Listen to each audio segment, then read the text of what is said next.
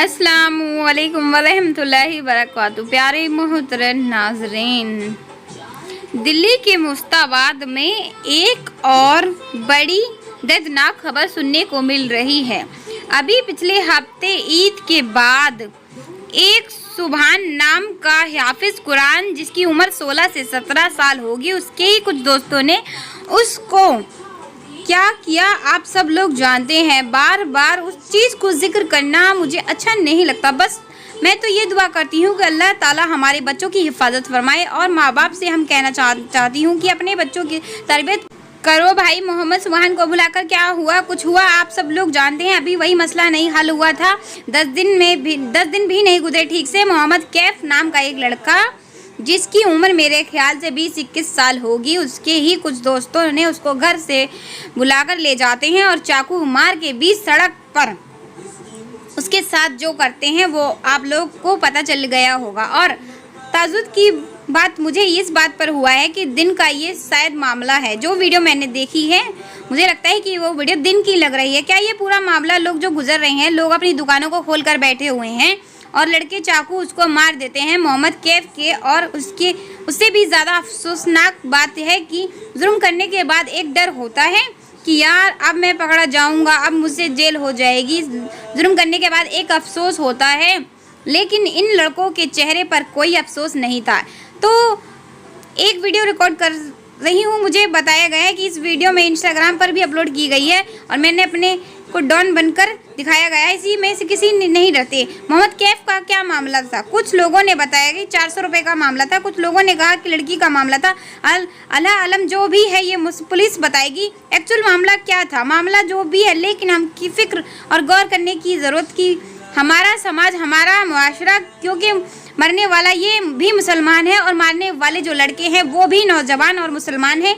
और इससे पहले जो दिल्ली में जुर्म के वाक़यात पेश आ चुके हैं, उनमें भी कई मुसलमान थे और मरने वाले भी मुसलमान थे। हालांकि जब कोई मरता है तो ये नहीं देखना चाहिए कि मुसलमान है या हिंदू है, लेकिन ज़्यादातर वाक़यात मुसलमान इलाकों में पेश आ रहे हैं। तो हमें अपनी कम्युनिटी को फिक्र दिलाने की ज़रूरत है कि भाई आपके बच्चे किस तरफ जा रहे हैं, आपके बच्चे क्या हरकत कर रहे हैं। देखिए, कानूनी कार्रवाई अपनी जगह है, कानूनी कार्रवाई होना चाहिए। पुलिस से हम दरख्वास्त करना चाहते हैं कि कानूनी कार्रवाई हो और कानून का डर ऐसे लोगों पर हो ताकि दिल्ली के अंदर और पूरे मुल्क के अंदर जुर्म रोके जा सकें। मुजरिम जब जुर्म करने के बाद उसके दिल में डर ना हो तो फिर ये कानून के लिए फिक्र करने की बात है। कानून का डर क्यों निकलता जा रहा है मुजरिमों के दिल से। लेकिन दूसरी तरफ जो एक सवाल है हमें अपने आप से पूछना चाहिए, वो सवाल ये है कि आखिर इस तरह के वाक़यात दिल्ली में और ख़ास तौर पर नौजवानों के बीच में क्यों पेश आ रहे हैं। इसका सीधा सा जो सवाल होता है वो वालिदैन से होता है कि बच्चे, क्योंकि जाहिर सी बात है जो मरने वाले हैं वो भी तो किसी की औलाद है ना, और वे भी तो किसी की मुस्लिम इलाके में रहते हैं। वहाँ भी तो कोई मस्जिद है, वहाँ भी तो कोई इमाम है, वहाँ भी तो उस मोहल्ले का कोई जिम्मेदार लोग होंगे।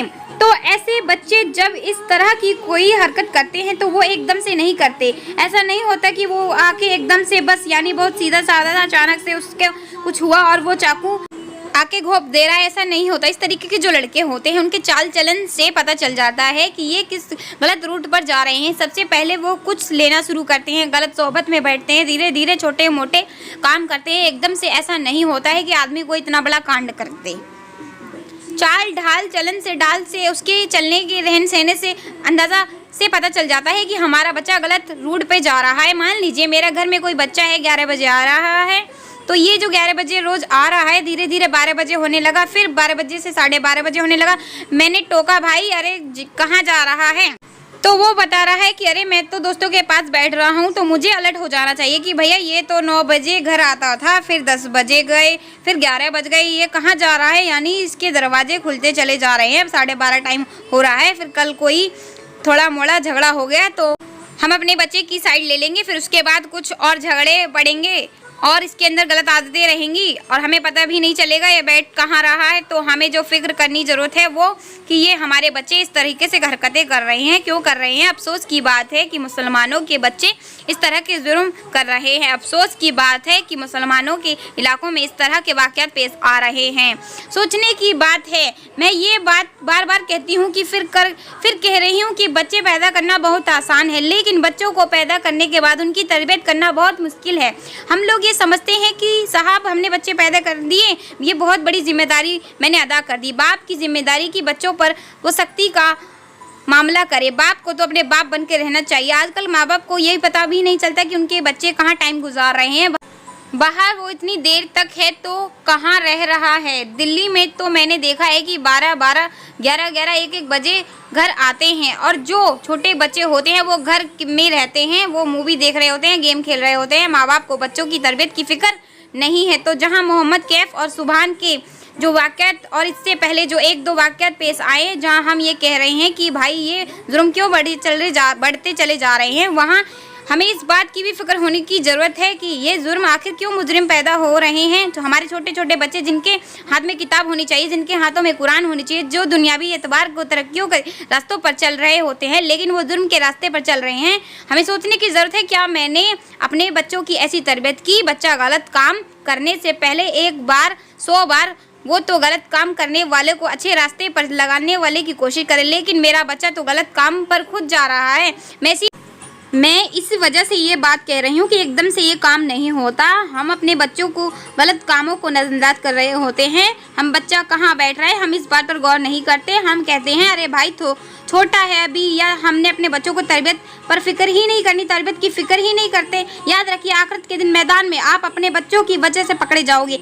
अल्लाह के नबी सल्लल्लाहु अलैहि वसल्लम ने इरशाद फरमाया, कुलकुम व कुलकुम मुसलअन कि हर एक जिम्मेदार है और उससे उसकी जिम्मेदारी के मुतालिक सवाल होगा। बाप अपने घर का जिम्मेदार होता है, अपने बच्चों का, अपनी बीवी का जिम्मेदार होता है। उससे सवाल होगा कि तुम्हारे बच्चे गलत रास्ते पर तुमने क्या किया। जहां कानूनी कार्रवाई के लिए अपील की जा रही है वो अपनी जगह है, लेकिन हम सब लोगों को एकजुट बैठना चाहिए कि हमारे मोहल्ले के बच्चे आखिर इस जुर्म वाले रास्ते पर क्यों जा रहे हैं। छोटी छोटी चीज़ों का आना का मसला बच्चे क्यों बना रहे हैं, छोटी छोटी बातों को इज्जत और बेइज्जती का मसला बच्चे क्यों बना रहे हैं। इन बच्चों के अंदर इतना तकब्बुर, इतना घमंड, इतने बच्चों के अंदर इतनी अनामियत, इतना गुरूर, इतना पड़कपन कि इतनी छोटी छोटी बातों पर वो इतनी खतरनाक तरीके से साजिश रचते हैं। क्योंकि ये जितनी भी काम होते हैं ये साजिश के तय होते हैं। चाकू का काम मामला कोई ऐसा नहीं है कि बस 5 मिनट में प्लानिंग हो गई, इसके लिए पहले से प्लानिंग होती है, प्लानिंग के बाद फिर पूरे प्लान को काम होता है। चाहे सुभान का मामला हो, चाहे मोहम्मद कैफ का मामला हो,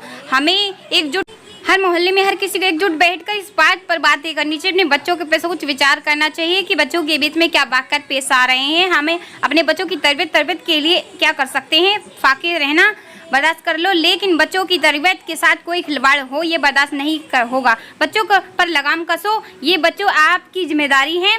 बच्चों पर सख्ती करो, बच्चों को अच्छा माहौल दो, बच्चों को ऐसा माहौल दो कि बुराइयों की नफरत से उनके दिलों में पैदा हो।